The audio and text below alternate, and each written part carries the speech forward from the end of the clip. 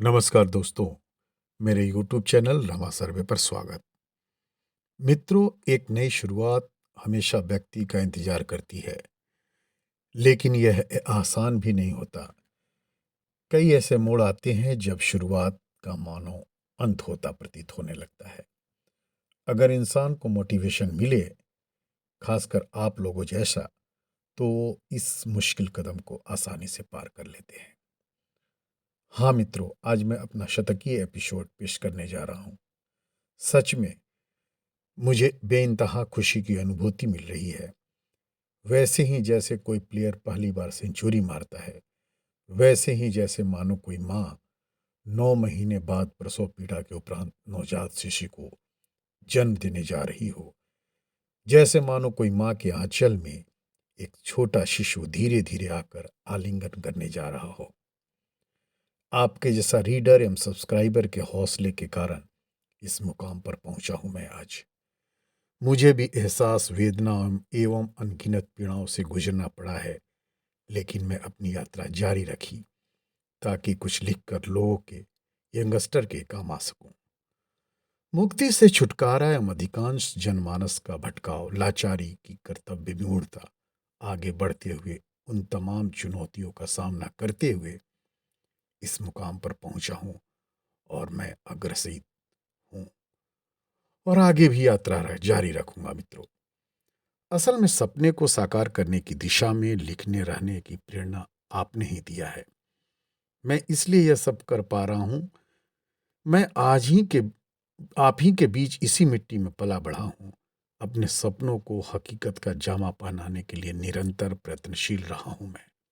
तमाम चुनौतियों का सामना करते हुए इस मुकाम पर पहुंचा हूं मैं। आगे भी अपनी यात्रा जारी रखूंगा ताकि मेरी शक्ति और धैर्य को बनाए रखें। मुझे बहुत सारे काम करने हैं, बस मेरे लिए सूरज का ताप सहन करने की शक्ति और चांद जैसी शीतलता ईश्वर प्रदान करे ताकि आपके लिए मैं अनवरत सार्थक प्रयास करता रहूं।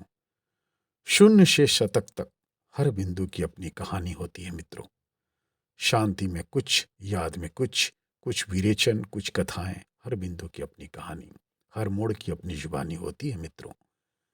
कर्तव्य पथ पर, सृजन पथ पर विश्राम तो होता नहीं मित्रों।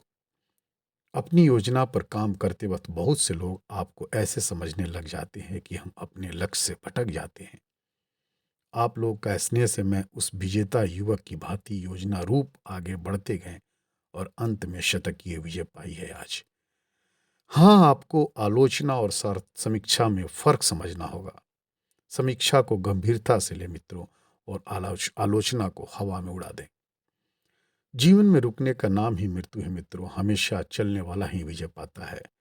जिस प्रकार ठहरा पानी कीचड़ बन जाता है, उसी तरह थक कर या निराश होकर बैठने वाला अपने जीवन को बर्बाद कर देते हैं। दोस्तों, कुछ ऐसा कर लो कि भविष्य में कभी खुद को कोसने की नौबत ना आए। किसी भी चीज को पाने के लिए तमाम इच्छाएं, सपने, योजनाएं, प्रार्थनाएं तथा विश्वास तब तक कामयाब नहीं हो सकते जब तक कि उसके लिए कार्यरत न हो जाएं आप। एक्शन सफलता की पहली सीढ़ी है मित्रों। जीवन में आगे बढ़ने के लिए कोशिश जरूरी है। हर सक्षम और सफल व्यक्ति के पास इस सवाल का जवाब होता है कि क्या मैं अपने सपने के प्रति गंभीर हूं और क्या अपने लक्ष्यों के प्रति कार्य करने को तैयार हूं। अपने सपनों को साकार करने के लिए एक मजबूत और सही कोशिश होती है मित्रों, यानी कि पहला कदम उठाने की जरूरत होती है। आपके पास काम करने के लिए एक योजना होनी चाहिए, और योजना ऐसी होनी चाहिए जो आपके सपने और लक्ष्यों और जुनून को पूरा कर पाने में मददगार साबित हो सके। आपको यह निश्चित करना होगा कि आप जो कार्य करने जा रहे हैं वह क्यों करने जा रहे हैं और आप उसके लिए कितने गंभीर हैं। तभी आप अपना पहला कदम बढ़ाएं मित्रों। जज्बा तो ये होनी चाहिए, चाहे सब कुछ खत्म कर दे तू, ये जिंदगी हर बार नई शुरुआत करूंगा, ये मेरी भी जिद है।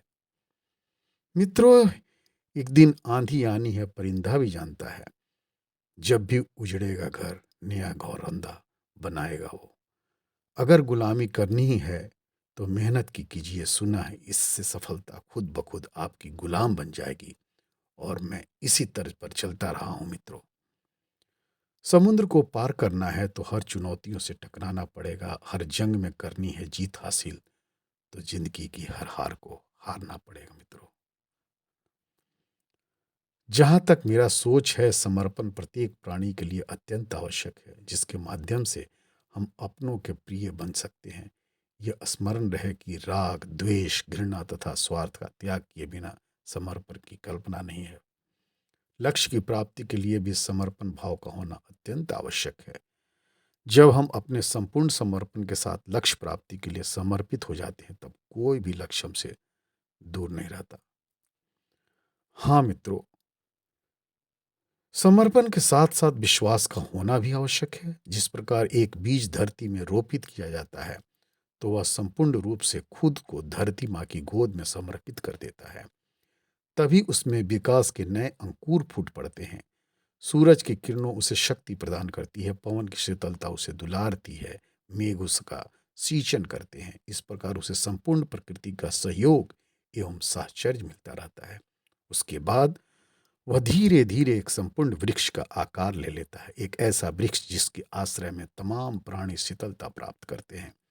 यही नहीं, वह वृक्ष सैकड़ों बीजों के जनक होने का गौरव भी प्राप्त करता है। जब आप अपने लक्ष्य का दिलो जान से लग जाते हैं, तो पूरी कायनात आपके साथ हो जाती है मित्रों। शायद मेरे साथ भी यही हुआ हो मित्रों।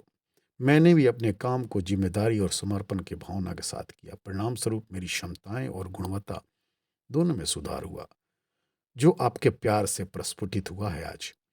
मैं अपनी गतिविधियों पर पूरी तरह से ध्यान केंद्रित कर विचलित नहीं हुआ। नतीजतन अपने दिमाग को अंतिम लक्ष्य के बजाय वर्तमान कार्य पर ध्यान केंद्रित करके प्रशिक्षित किया और अपने काम के परिणाम के बारे में सोचना शुरू किया और केवल प्राथमिक लक्ष्य पर ही ध्यान केंद्रित किया। यूं ही नहीं होती हाथ की लकीरों के आगे उंगलियां मित्रों। रब ने भी किस्मत से पहले मेहनत लिखी है। चलता रहूंगा पर चलने में माहिर बन जाऊंगा। या तो मंजिल मिल जाएगी मित्रों, या अच्छा मुसाफिर तो बन जाऊंगा।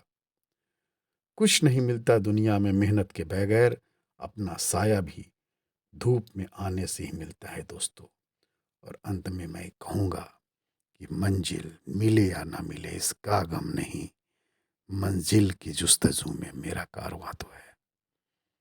बहुत बहुत धन्यवाद।